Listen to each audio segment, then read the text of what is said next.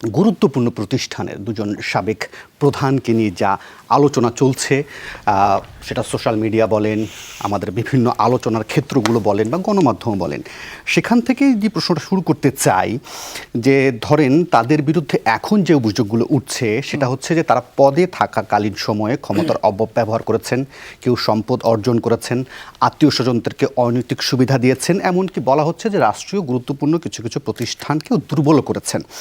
এখন এসব অভিযোগ উঠছে কখন? যখন তারা অবসরে চলে গেছে, ৩-৪ বছর পার হয়ে গেছে। এখন প্রশ্নের জায়গাটা হলো যে পদে থাকাকালীন সময় আমরা এসব বিষয় নিয়ে কথা বলতে পারি না কেন, তদন্ত হয় না কেন, ব্যবস্থা ওঠে না কেন, নাকি নেওয়া যায় না? আসলে ব্যাপার হলো যে মানুষ তো রাষ্ট্রে বসবাস করে, রাষ্ট্রের নাগরিক।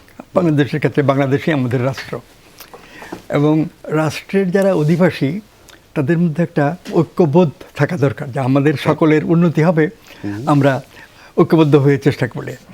এর মধ্যে বৈচিত্র্য থাকে, যেমন আমাদের সঙ্গে চাকমা, গারো, রাখাইন ইত্যাদি আছে। তাছাড়া গরিব মানুষ আছে, ধনী মানুষ আছে, কৃষিজীবী আছে, শিল্পজীবী আছে, চাকরিজীবী আছে। এই বৈচিত্র্যের মধ্যে একটা ঐক্য দরকার। বৈচিত্র্য থাকবে এবং যারা ছোট ছোট গোষ্ঠী দুর্বল তুলনামূলকভাবে, তাদের প্রতি সরকারের নির্দিষ্ট দৃষ্টিভঙ্গি থাকবে যে আমাদের আইনসভা এবং বিভিন্ন সরকারি কর্মকর্তা যারা কাজ করবে, তারা যাতে সকলের উন্নতি হয় সেইটার দিকে লক্ষ্য রেখে কাজ করবেন।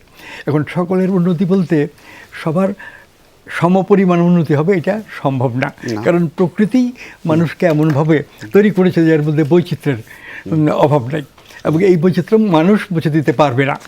যদি ভবিষ্যতে কোনো কালে বিজ্ঞানের বড় রকমের আবিষ্কার কিছু হয় তাহলে পারবে। তো আমাদের যে রাষ্ট্র ব্যবস্থা, এটা 1000 বছরের সংস্কৃতির কথা বলা হয় আমাদের। এই যে 1000 বছরের, মানে একজাক্টলি যে 1000 বছর তা না, তারও কিছু বেশি, ধরেন 1200 বছর 1500 বছর এর ইতিহাস আছে। এই এর আগের ইতিহাস সম্পর্কে অল্প তথ্যের ভিত্তিতে অনেক কিছুর সাথে মিলিয়ে করা হয়েছে, কিন্তু 1000 বছরের সংস্কৃতি এর অনেক লিখিত অলিখিত এভিডেন্স আছে। এখন এই সংস্কৃতি চেতনা শিক্ষকদের মধ্যে থাকা দরকার, একদম প্রাইমারি স্কুল থেকে বিশ্ববিদ্যালয় পর্যন্ত।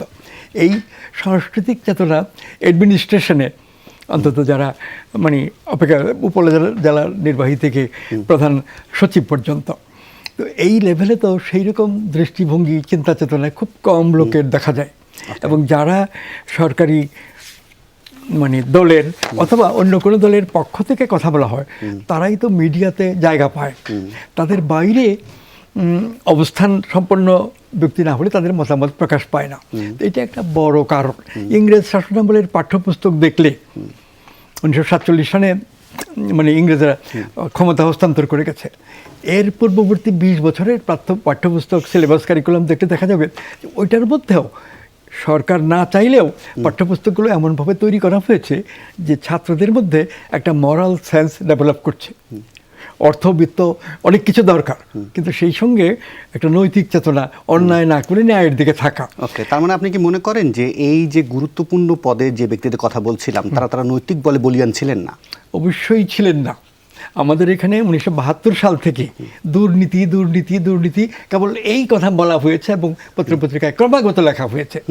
এমনকি টেলিভিশন মিডিয়া তখন তো অনেক কম ছিল, এবং টেলিভিশন মিডিয়া অনেক সতর্কতার সাথে কাজ করত, সেইখানে অনেকে এই দুর্নীতির কথাই ক্রমাগত বলছেন। এখন দুর্নীতির বিরুদ্ধে ক্রমাগত কথা বললে যে ন্যায় নীতি প্রতিষ্ঠিত হবে তা না। আমি এটা তখনই অনুভব করেছি এবং আমি লিখেছিও যে দুর্নীতি বিরোধী আন্দোলন দিয়ে দুর্নীতি দূর হবে না।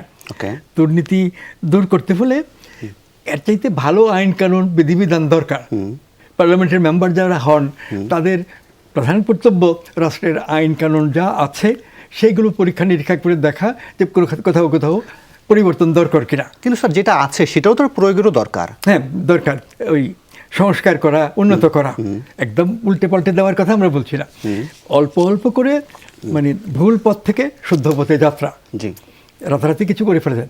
কিন্তু আমি তো দেখছি যে বঙ্গবন্ধু যখন ক্ষমতাসীন ছিলেন, প্রথমে প্রধানমন্ত্রী পরে রাষ্ট্রপতি, ওই সময় তো গ্রামে শহরে এইখানে ওইখানে যেখানেই গেছি আমরা অনুভব করেছি যে সরকার মানে দেশকে একটা সুসংবদ্ধ অবস্থায় আনতে পারেননি।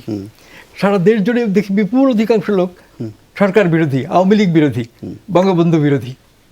বঙ্গবন্ধু কথাটাও তো তখন আসছিল, কিন্তু এখন শেখ হাসিনার শাসনকালে যেরকম মানে বড় করে আনছেন অনেকে, এরকমটা তো ছিল না। ওকে। তা আমার মনে তীব্র আঘাত যে দুর্নীতি বিরোধী আন্দোলন করে তো ন্যায় নীতি আসবে না, এবং ন্যায় নীতির জন্য যে চিন্তা ভাবনা দৃষ্টিভঙ্গি দরকার, এই দৃষ্টিভঙ্গিটা আমি আমাদের দেশে খুঁজে পাই না। আমি নৈতিকতা, শ্রেয়নীতি ও দুর্নীতি এই সম্পর্কে তখন পত্রিকা ছিল দৈনিক বাংলা, তাতে কোন বিশেষ সংখ্যা একটা আর্টিকেল ছাপলাম। আমার বন্ধু বান্ধব বিশেষ করে বামপন্থী শিবির থেকে, ছাত্রলীগ, আওয়ামী লীগ ধর থেকে এসে আমাকে বললো যে আপনি কি কাজ করছেন, এই মোল্লা মৌলবীদের বিষয়ে কেন যাচ্ছেন? ওকে। এত দেশ দিকে চলে যাবে, সাম্প্রদায়িক নেতৃত্বের দিকে চলে যাবে। তা আমি নানাভাবে বোঝাবার চেষ্টা করছি যে মৌলবীদের একটা ধর্মীয় সংস্কৃতি তারা বলেন আছে, কিন্তু মানবতার সংস্কৃতি আজকে একজন যিনি গণতান্ত্রিক, তিনি কি করে তার নিজের পরিবারের, জাতির, রাষ্ট্রের উন্নতি করবেন, এরকম একটা সংস্কৃতি অত দরকার। জি, আপনার কথা একদম স্পষ্ট। এইদিকে গেলে হয়তো আমাদের উন্নতি হবে। জি, আপনার কথা একদম স্পষ্ট।